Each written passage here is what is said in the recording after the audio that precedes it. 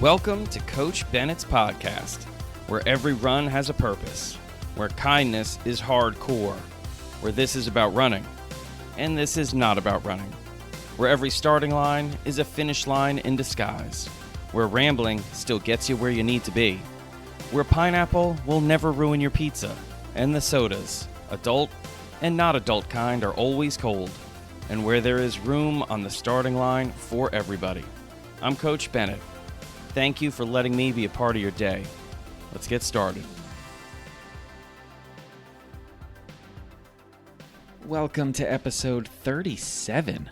Whew, 37. I don't have anything witty to say about the number 37. Maybe I'll come up with something by the end of this episode. But this episode, number 37, is entitled Recover Like a Badass. That's right. And I'm wondering, actually, as I say this, do I have to mark this episode as explicit? Does badass count as explicit? I don't think it does.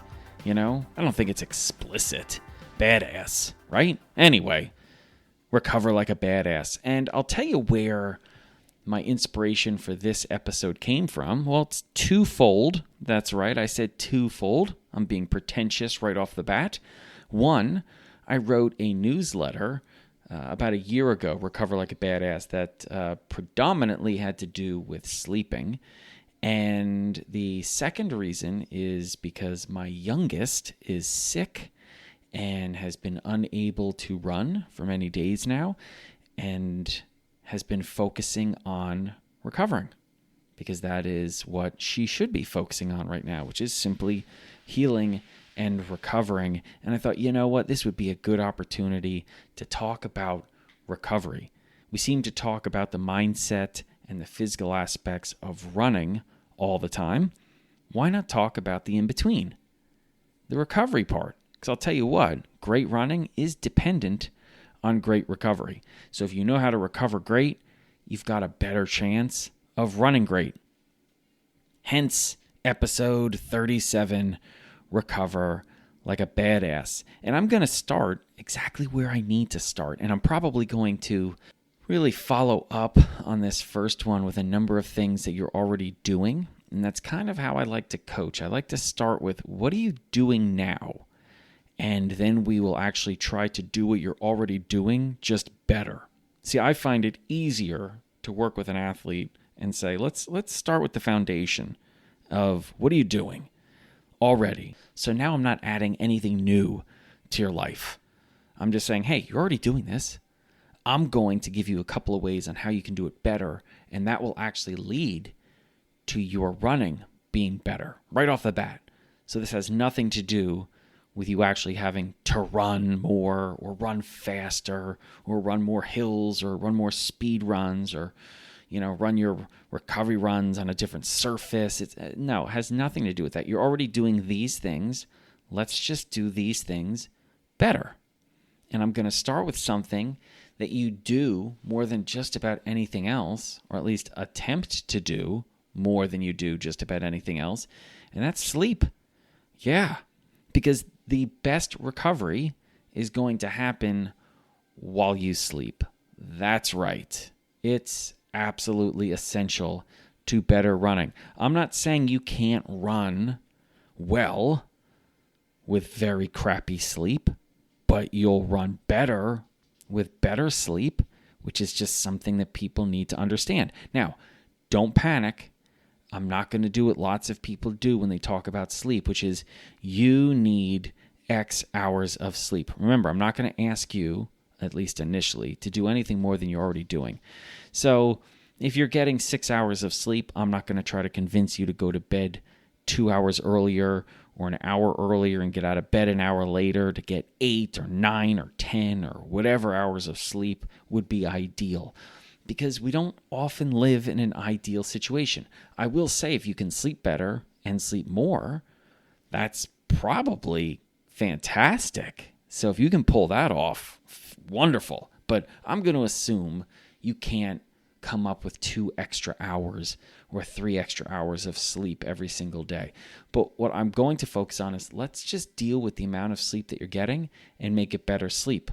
So I'm going to run off a few things that I talked about in the newsletter. I feel I've hit on a couple times, even in various podcasts, because sleep is something that I'm going to talk about, and I'm going to talk about consistently, because as a runner, well, you sleep consistently, and it's essential to better running. So I'm going to talk about it. I mean, running is a very repetitive action, and I'll tell you what, coaching's even more so. You know what I mean? It's sharing information and lessons that you should know, and it's reminding you of lessons and information that you've had but maybe have forgotten or you're not putting as much focus on. So it's just a lot of repetition. That's what coaching is. That's okay though, all right? Anyway, so let's just go through a couple ways that you can make your sleep better, okay? I phrase it this way: less booze, better snooze. That's right. Less booze, better snooze. And what do I mean by that? Well, I mean exactly what I said. If you drink less, you're going to sleep better. Or I should at least say, you got a way, way better chance of having a better sleep. See, alcohol does a number of things that affect our sleep. All right. I mean, the easiest way to look at it, rather than diving into like all sorts of crazy words, is just if sleep is like the ocean, okay, like the best, most slumbering, deepest REM sleep is like just sleeping in almost an infinite depth of ocean. Well, when you've been drinking, it's like the baby pool. That's about as deep as you can go. So you're constantly bumping up against, the hard floor of the baby pool. Not to mention, when you've been drinking, there's a good chance that shallow baby pool has got some urine in it too. I mean, let's just be honest. Who knows? I'm just telling you. So you're not getting a good sleep. You're in the baby pool. You're an adult. You shouldn't be in the baby pool anyway. So that's awkward. You know what I mean? Why are you even trying to sleep in the baby pool now that I think about it? So it's just weird. And like I said, is it your urine? Is it the kids' urine? I mean, who knows? I mean, they're all going in there. That's what I'm trying to tell you. Now, you may be wondering, what are you talking about? I think you know what I'm talking about. The point is, you're not going to get the deep, healthy, recovery-laden sleep, that deep REM sleep, that no alcohol sleep affords you when you've been drinking close to bedtime. So if you're somebody who is going to have a few drinks and you want to have a better sleep, you're going to want to space out the time between that last drink and sleep. Hours, okay? Hours, okay? If you want as good a sleep as possible. If you want as good a sleep as possible, it's best to not have any alcohol at all. But I like to have some adult sodas now and again. The key is, if I also want to have a good sleep or I need a good sleep, I just need to make sure that I'm not drinking close to bedtime. The closer I drink to bedtime, the better chance I have at a worse sleep. The further away I'm drinking from bedtime, the less chance there is at a terrible sleep. So I phrased it kind of funky just to make sure that you're paying attention. But less booze, better snooze. Another one is just remember to chill out. And what I mean by that is, if you have the ability to sleep in an environment that's colder, and by colder I mean 65 degrees Fahrenheit. I'm not going to do the Celsius right now because I just don't have the ability to do it, but fine, if you want, I'll figure it out. I'm going to type it in right now. There's probably some Canadians right now that are wondering, why don't you know how to do this? We know how to do this. 68 degrees, let's see, let's calculate. There we go. 18.3 degrees Celsius. All right, fine. So if you can bring that thermostat down in your house down to 18.3 degrees, that would be great. And for some people, they think it's as cool as 63 degrees Fahrenheit is kind of the ideal sleeping temperature. So somewhere in there, 63 to 65, which is chilly for a lot of people. Especially in the winter, a lot of people like to keep that thermostat at like 70, which is really high. And your body will actually sleep better if it's a little cooler. So we're looking at 63 to 65 degrees. Now, obviously in the summer, it gets harder to do that, which is why so many people have, it's a struggle to sleep well in the summer. Where I live in Portland, the Pacific Northwest, the summers are really hot now, and we don't have air conditioning in the house. So we're limited to basically fans. But fans can only do so much. So the summer can be a real struggle for us to get good sleep, which stinks because the summertime, there's more daylight hours and it allows us to be more active, and we need that recovery. So you really have to set yourself up to put your environment, your sleeping environment, your room in the best possible situation to be conducive to good sleep. Ideally, we'd be able to get that temperature down to 63 to 65 degrees Fahrenheit, but a lot of times we can't. So we'll usually make do with cold cloths and having the fan on in order to alleviate some of the heat that can build up in the house. We'll keep the windows open because the temperature does drop at night. But what you want to do is you want to set up an environment where it is cold enough, cool enough for your body to have the best chance to sleep deeply, to fall asleep easily, and to stay asleep for those 6, 7, 8 hours that you're getting. Okay, another thing is to let darkness reign, I believe is how I actually put it in the newsletter. You will sleep better the darker it is in your room. So if you are in an environment, and I keep calling it an environment because it's something you should be looking at, your bedroom. It serves, I'm sure, many purposes. One of them is to have a conducive environment for sleep. And a lot of that is going to be on you to create. So what you want is darkness when it's time to fall asleep. So if you have a window in your room, you're going to want to make sure that you've got blinds or you've got a curtain that is thick enough that it's going to keep some of that light from outside. Keep that light outside.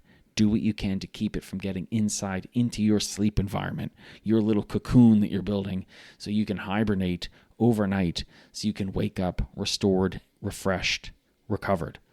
So think about how you can deal with blocking some of that light that's trying to intrude upon you and your sleep.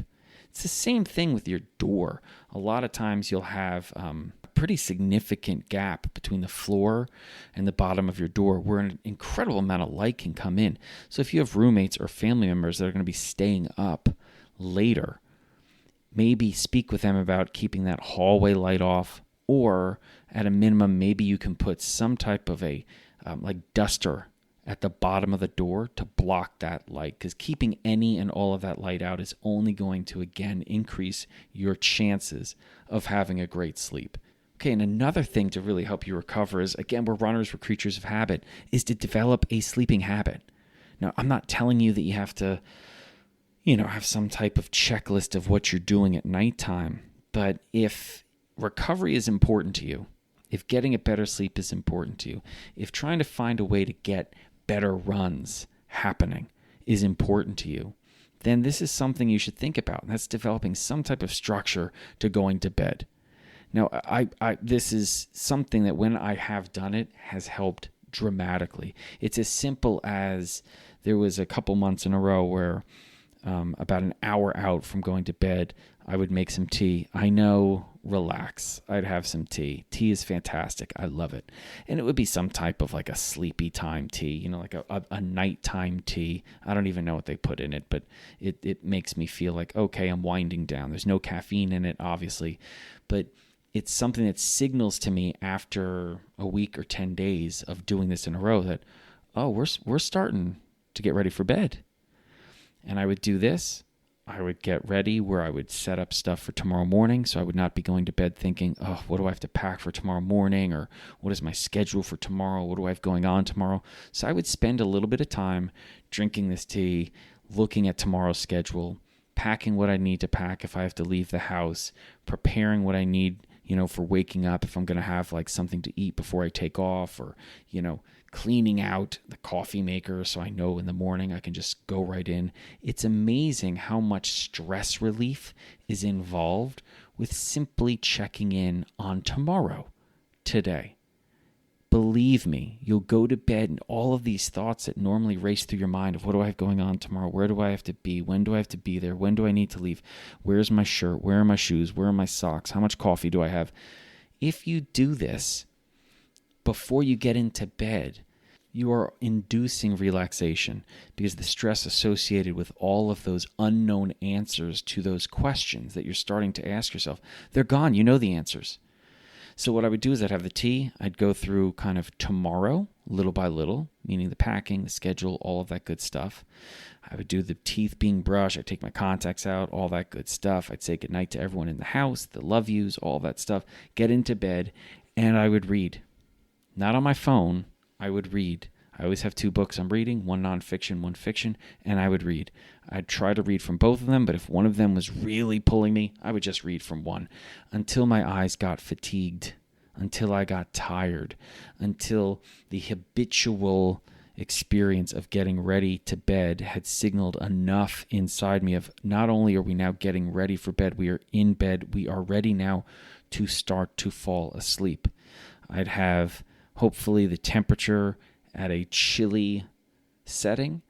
I'd have the shades drawn so it was nice and dark. And I actually like sound. I like soothing sound. So I'm a big like ocean guy. So I would then have some light ocean noises, and my entire body's now, okay, we're going to sleep. That's what we're doing. We're getting ready to go to sleep. If you're doing something different every single night, it's very hard for your body to understand what are we doing now? Are we going out and partying? Are we going to watch a movie late? Are we making a late dinner? Are we just going to walk around the house looking for treasure in the couches and in the junk drawers? What are we doing? As opposed to, oh, okay, step 1, step 2, step 3. This is the steps associated with getting to sleep. Step 4, step 5, step 6. Oh, we're seriously getting ready for sleep. 7, 8, 9. Okay, I can now calm down, relax, settle in, and fall asleep. So you're going to want to develop some type of a sleeping habit, schedule, routine at nighttime. It doesn't mean you're going to be doing it every single night, 7 days a week, or I should say 7 nights a week, unless you go to sleep. Some people have different schedules. Maybe they go to sleep in the day.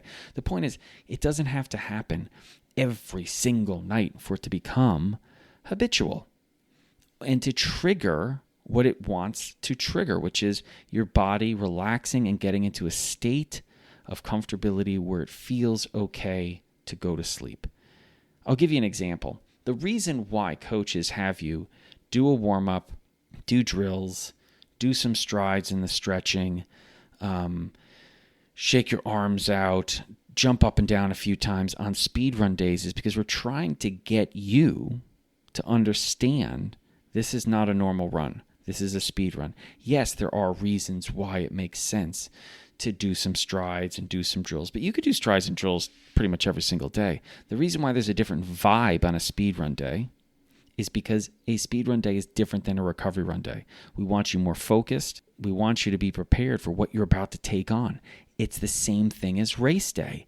Think about it. You go through a certain process and it feels differently on race day, which is why when you get on a line, a starting line for race day, it feels different than a starting line for an easy run, doesn't it? Okay. Your body goes through these steps, the warm-up, the strides, the drills, all of these things, and it's suddenly preparing like, oh, this is not an easy run. This is not a recovery day. This is an intense speed run, or this is a race. Okay, I'm ready. Like suddenly like the air around you is kind of like crackling with electricity, which is different than going for an easy run. It's the same thing trying to get ready for bed, except you obviously don't want the air crackling with electricity. You almost want the opposite. You want it like turning down and like just lulling you to sleep. And that's what a routine will do. And I'll tell you what, if you can commit to setting yourself up to have the best chance for a good sleep, you're going to have better sleep. It's the same rules that apply to setting yourself up to do a certain amount of things to give yourself the best chance to have a better run. the odds are you're going to start to have better runs. It doesn't mean they're all going to be great runs. They're just going to be better. They're going to be better runs. So you may still just get 6 hours. It may not be perfect sleep, but it'll be better sleep than what you were doing. It'll be deeper sleep than what you were having. It'll be more recovery-laden sleep than what you had experienced prior to going through all these things. And that extra recovery, that better recovery, is going to lead to better running. It's going to lead to just better days, better concentration, better focus, better moods, all of those things. So that's why I wanted to start with sleep, because it's something you do. It's something you do consistently, I hope, and it's something that you can improve upon. If the improvement doesn't mean more, it can still mean better, okay? So start with sleep. All right, you want to talk about something else that can help you recover like a badass? That's something you do every single day. Yeah, it's just hydrating. I know, it's so boring, isn't it? But it's not. And it doesn't, this is one of those things where when people talk about hydration, as a coach, it kind of bothers me when the first thing people start with is, you need to drink X cups a day, or X pints a day, or X ounces a day of water. And it's like, oh man, are we starting there? Why don't we start with, what do you drink during the day? Like, what do you normally have? Like for me, I start my day with coffee, or at least I used to. I used to start my day every single day with coffee, and I still would consider part of the start of my day coffee, just every single day. And I would say over the last 20 years, it's probably been less than 20 mornings where I haven't had a coffee. Isn't that crazy? That is crazy. But here's something that I've shifted in the last few years. I used to wake up, and the first thing I would drink was coffee. And I thought, you know what? I need to drink more water. So what I did was I said, I'm still going to drink coffee in the morning. I'm not going to say instead of having the coffee that I normally have, I'm going to cut it out and I'm going to have water instead. I just said I'm going to drink water while I'm making my coffee. So instead of having the first thing that I drink in the morning be coffee, it's going to be water. That's what I did. And it made a substantial change to how I started my day. Because I'll tell you what, the coffee tasted better after the water. Because here's the thing, when you wake up in the morning, and people don't think about this, and I don't know why they don't think about it, especially since it's in the name breakfast. Breakfast is about breaking a fast. If you slept for 6 or 7 or 8 hours, okay, you haven't had anything to drink, anything to eat in 6, 7, or 8 hours. Now, what other part of the day would you go 6, 7, or 8 hours without having anything to drink? Well, you shouldn't. You shouldn't do that. So why would you do that in the morning? And if you were going to go 6, 7 hours without drinking anything during your day, would the first thing you have be a coffee? I hope not. The first thing you should have is probably some water. That's what you should have. So all I did was say, I'm going to have some water first thing in the morning. I didn't want to start by saying I need to drink more water, so I'm going to have 64 or 82 or 197 ounces of water. Blah, blah, blah. I'm going to have 8 glasses of water, and I'm going to just calm down, Chris. Like, just have a glass of water before your coffee. The other thing that it did, just by having the glass of water before my coffee, it made a point, and it was not even buried deeply in my brain. I think it was pretty on the surface of my brain. There was a point that I was making every time I had water before the coffee, which was water is important. Staying hydrated is important. I didn't need to have a chart that I was marking every single time I had an ounce of water. What I needed to do was this one action in the morning that said, hey, little reminder, dude, drinking water is important. And you know what I found? When I would start the day by drinking water first, I would drink more water throughout the day. I would pass a water fountain and say, I'm going to stop and I'm going to have a sip. If I had, a water bottle with me and I was walking by a water filling station and my water bottle is 3/4 full, half full, a quarter full, empty, I'd fill it up. I always would keep it full. And I would try to drink more water. The days that I didn't start by drinking water, I would often not drink enough water throughout the day. Isn't that weird? Like on the days that I would drink water to begin, I would continue to do a good job. on the days that I started poorly, I would continue to do a poor job. And I thought, there's something there. When you start something better, you're more likely to maintain that betterment. When you start something poorly, you're more likely to keep doing it poorly. So I just decided when I start something, I'm going to start it doing it the right way. So all I'm saying is a little trick is start your day by drinking some water. And then what I did was, I like having soda. I'm a soda fan. It's weird. I like Pepsi in plastic bottles, but I like Coke in cans. It's weird. I don't like Pepsi in cans, and I don't like Coke in plastic bottles. It's so bizarre. But anyway, the point is, I do like soda. But what I decided was, okay, if I'm going to have soda, I'm going to have a water first. And that led to a couple things. One, I got a water in, which is fantastic. And two, I drank less soda when I had a pint of water to begin with. So if you're someone who's going out to eat, usually put in your drink order. I always order a water as well. The key is drink the water, because they'll bring the water first. Drink the water. And then when the soda comes, you'll just kind of sip the soda. And again, I'm not saying drink less soda. You're just going to find yourself drinking less soda and more water if you start with the water. That's all. So, hydration. It's a big one. The other thing I know that everyone's doing or should be doing is fueling. And I'm pretty straightforward on fueling. I think you should do it.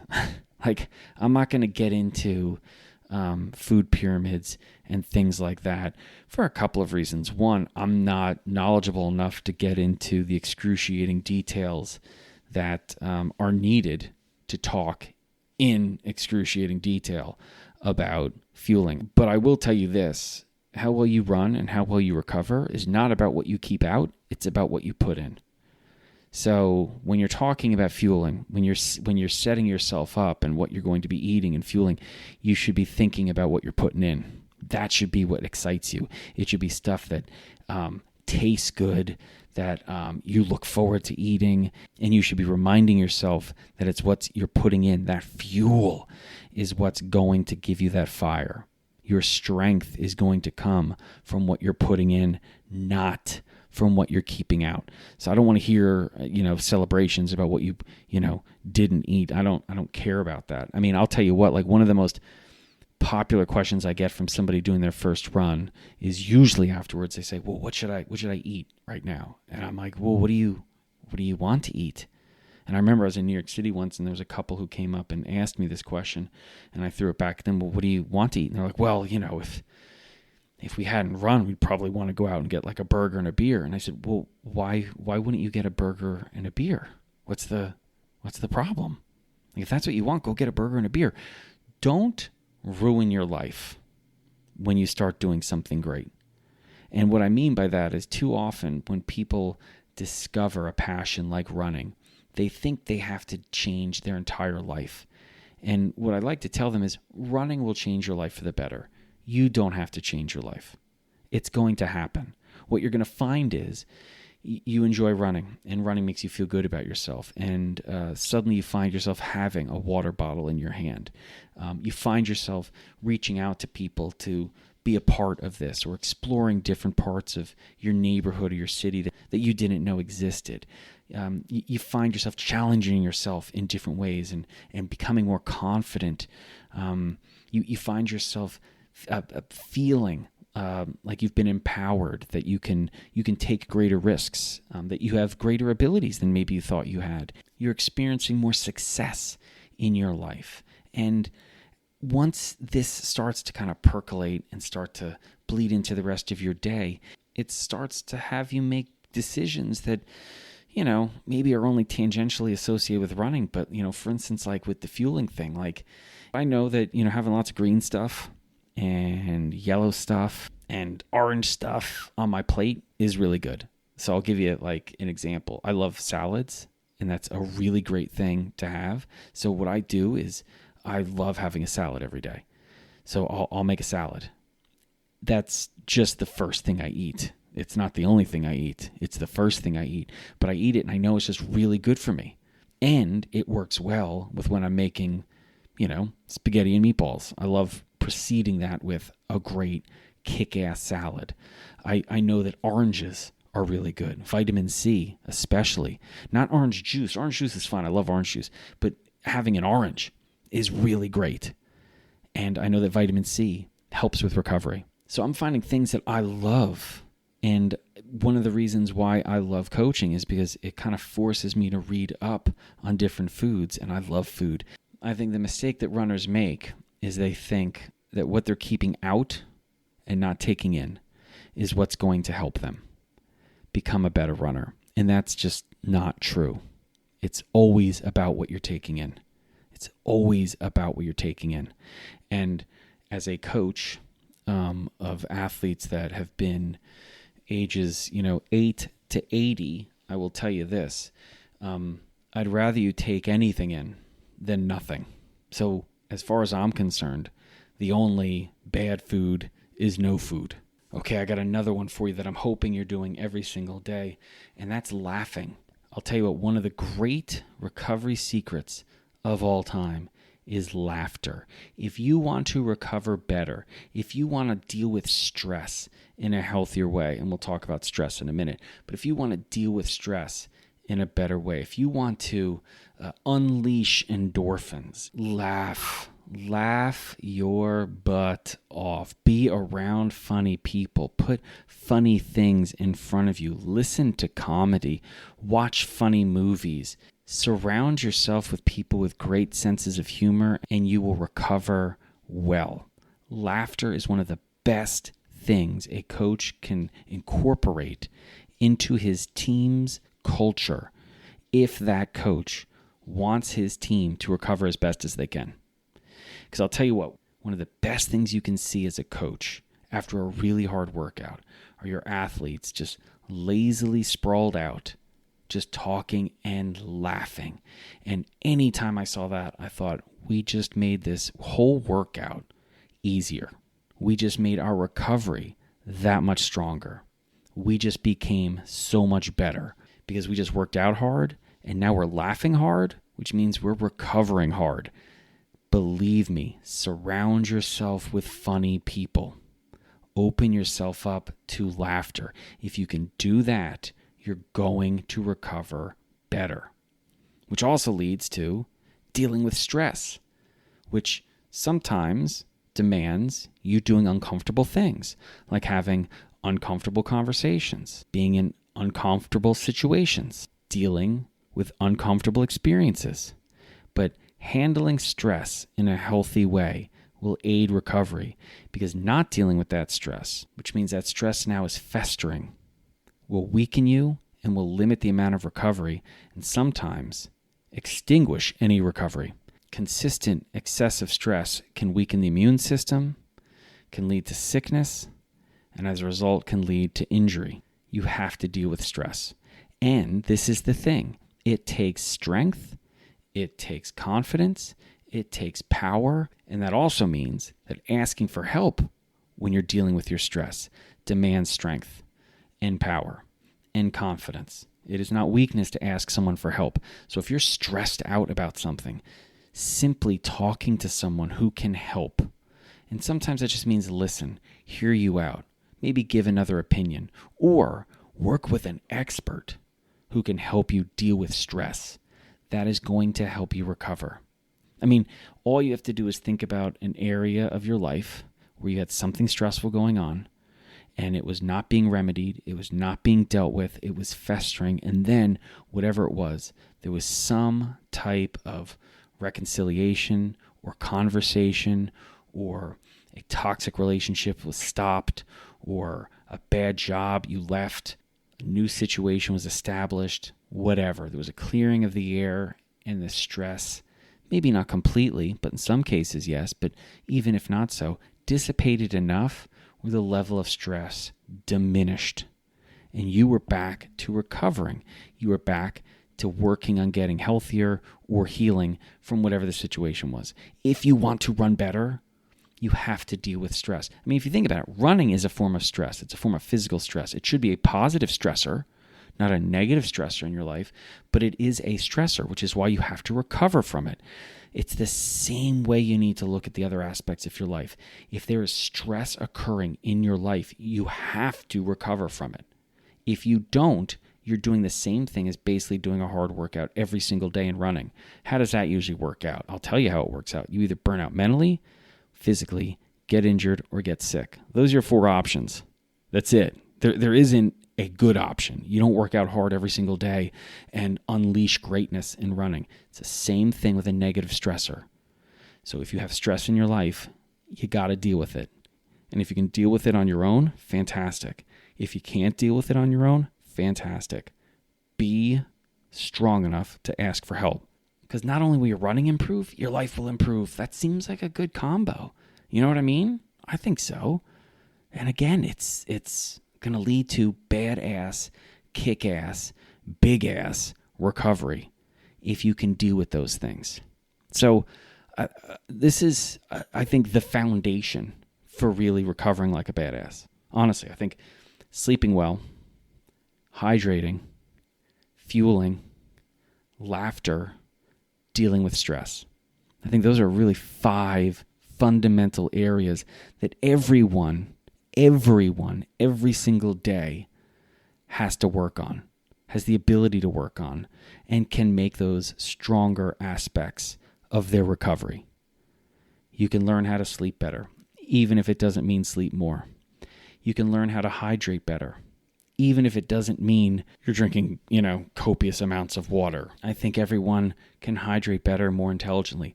I think people can fuel in a way that makes you stronger and not weaker, that is about taking in and not leaving out, that is about more and not less, that is about enjoying and celebrating the act of fueling and not turning it into something that's a negative. It should not be looked at as a negative. It should always be looked at as a positive. I think laughter, incorporating that daily into your life, is going to make huge changes, not just to your running, but to the runner. And I think dealing with stress, especially those negative stressors in our life in healthy, positive ways, is going to allow you to recover as best as you can, or at a minimum, better than you were. And guess what? All of this leads to better runs. Now, I didn't say all your runs are going to suddenly be easy. I didn't say suddenly you're going to be setting PBs all over the place. But again, that's not how this works. What you're always trying to do is make decisions, do actions, and put yourself in situations where you have the best opportunity to have a better run. And this is what you're doing here. It's not guaranteeing anything other than a better shot, a more likely chance that you're going to have a better run. When you recover like a badass, there's a good chance you're going to start running like one. And I like the sound of that. So, there you go. The cool thing is we can dive deeper on any future episode on any of these. And if you have questions about any of these, send them to the mailbag, because we're hitting the mailbag hard over the next couple of weeks as we get closer and closer, I should say, to episode 40.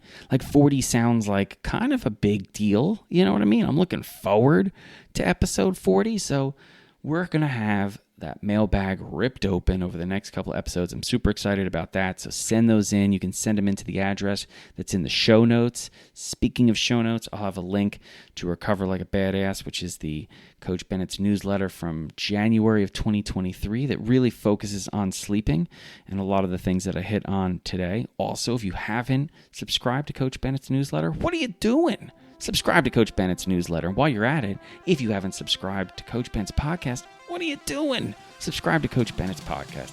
Check it out. Please leave a review. Please share it. Rate it. These things matter. I think I say that at the end of every episode. So if you haven't yet rated the episode or subscribed to the show or left a review, please, I'm saying please, come on, please, please, please, do one of those things. Okay? All right. I had a good time. This was a lot of fun. I'm actually going to go for a run right now. Not a very long one, but I'm going to go for one, and it's going to be a good one. So thank you for listening. Thank you for being a part of this community.